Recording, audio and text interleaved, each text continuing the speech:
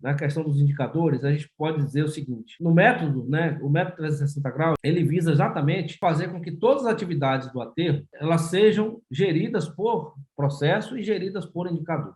Então, nós temos indicador de performance para acompanhar cada uma das atividades críticas para a operação e para o desempenho do aterro sanitário.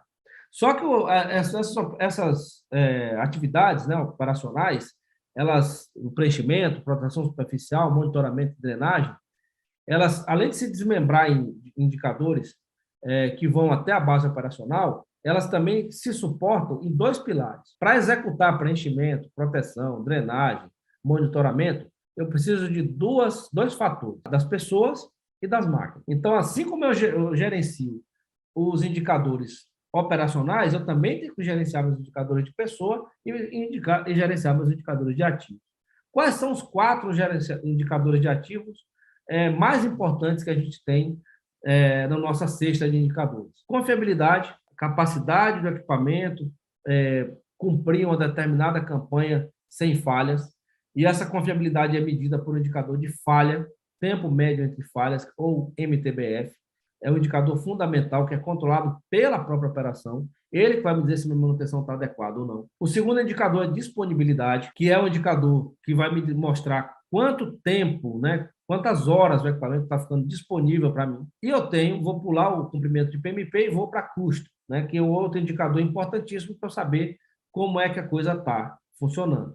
Só que a gente conhece, né, na nossa teoria aí de desmembramento de indicadores, né, existem os indicadores resultantes, né, os indicadores que são gerados como resultado, como avaliação da minha operação, e existem os indicadores de base, ou seja, aqueles que geram os indicadores de cima. Então, fazendo uma analogia, confiabilidade, ou MTBF, ou indicador de custo, ou a própria disponibilidade, é aquela lâmpada que aparece no painel, é o meu dashboard, é o meu quadro na parede. Quer dizer, eu vou analisar ali se o equipamento, se a coisa está indo bem ou não.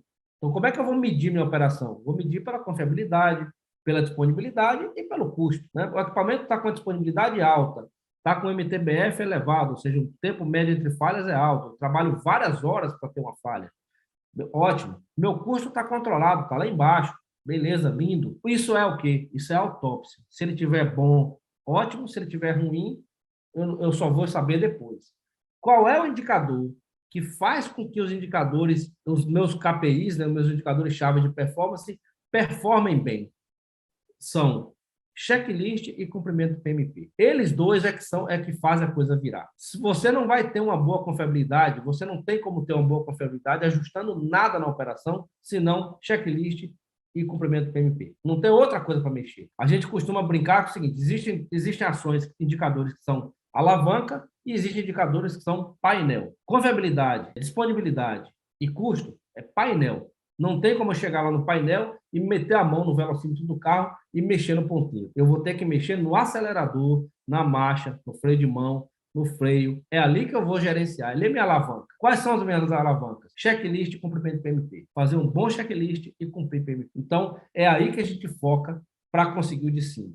Eu vou monitorar o de cima? Lindo, vou monitorar. Mas a primeira ação que tem é empreender um bom programa de checklist, manutenção pré-uso e um controle de cumprimento de plano de manutenção. Feitas essas duas coisas, acabou. A gente vai ter um resultado bom lá em cima, não tem para onde correr. Essa é a grande preocupação nossa, e agora a gente vai dar um passeio aqui sobre algumas práticas de manutenção para cumprir esses dois quesitos. Então, primeira coisa é criar essa cultura, né? A cultura de que o bom profissional conversa com o seu equipamento, né? Ele procura entender o equipamento na operação, no checklist, no momento durante o dia, ele conhece sua máquina, ele sabe quando o ruído está normal, ele sabe quando a máquina não está bem, quando a máquina está amarrada, ele conhece o equipamento. O bom profissional, ele sabe que a máquina está bem ou não está bem. Então, isso a gente tem que estimular esse feeling do operador, porque ele realmente é um canal de informação muito importante. Outra coisa, manutenção pré-uso, executada pela operação, a cada turno de 12 horas. Coloca o operador, coloca o ajudante, coloca todo mundo para cair para cima da máquina, fazer limpeza, fazer checagem, fazer verificação de nível. Por quê? Porque você precisa fazer isso. Tá certo? Você cria, quando você faz essa conduta, você acaba criando uma cultura do zelo. Você acaba cuidando uma cultura da atenção, do cuidado. Isso é fundamental no processo de amadurecimento, de melhoria da manutenção. Então, isso é necessário fazer. O operador, ele não pode, um operador profissional, ele não pode ser aquele metido a piloto de Fórmula 1. Encosta no box, cruza o braço, espera terminar, acelera e vai embora. Não, ele participa do processo. Quando não com a mão na massa, mas com a planilhazinha na mão, verificando se foi feito tudo que tinha que ser feito, ele conhece do equipamento, ele vai dizer como é que está, ou seja, essa é uma atividade que deve envolver o operador. Outra coisa que a gente fala sempre é que lavagem é item de manutenção, né? Os contaminantes no aterro sanitário são muito agressivos e a gente precisa manter o equipamento limpo, radiador limpo, higienizado, material rodante limpo, né? Evitando aí o desgaste prematuro, possibilitando que você enxergue os componentes, verifique se tem algum rolete vazando. Lembra que eu falei lá no início sobre verificar folga? Como é que eu vou verificar a folga se está tudo cheio de terra e está tudo comprometido? Essa preocupação em trazer essa lavagem, né, para o processo de manutenção, ela é fundamental. Você não pode começar uma inspeção do item dessa forma, né? Você vai abrir um componente importante. Lembra que a gente falou que contaminação microscópica pode trazer impactos para a manutenção? Como é que você vai abrir um componente tão crítico como o comando final no campo, sem nenhuma proteção, com comando sujo? Isso não é possível. Então, a gente tem realmente que atacar essa conduta e essa preocupação. Cuidado do próprio operador, higienizar sua cabine, manter seu ambiente de trabalho limpo, privilegiando e mantendo aquilo que a gente falou no início, a cultura do zelo, é uma preocupação também fundamental que a gente tem que trazer. Componentes hidráulicos, né, como isso aí, por exemplo, é um cilindro hidráulico. Isso é um vetor de contaminação muito grande, né? Essas hastes aqui acabam se deteriorando, sendo arranhadas, e aí dentro dessas ranhuras acaba acumulando material, entrando para dentro do sistema.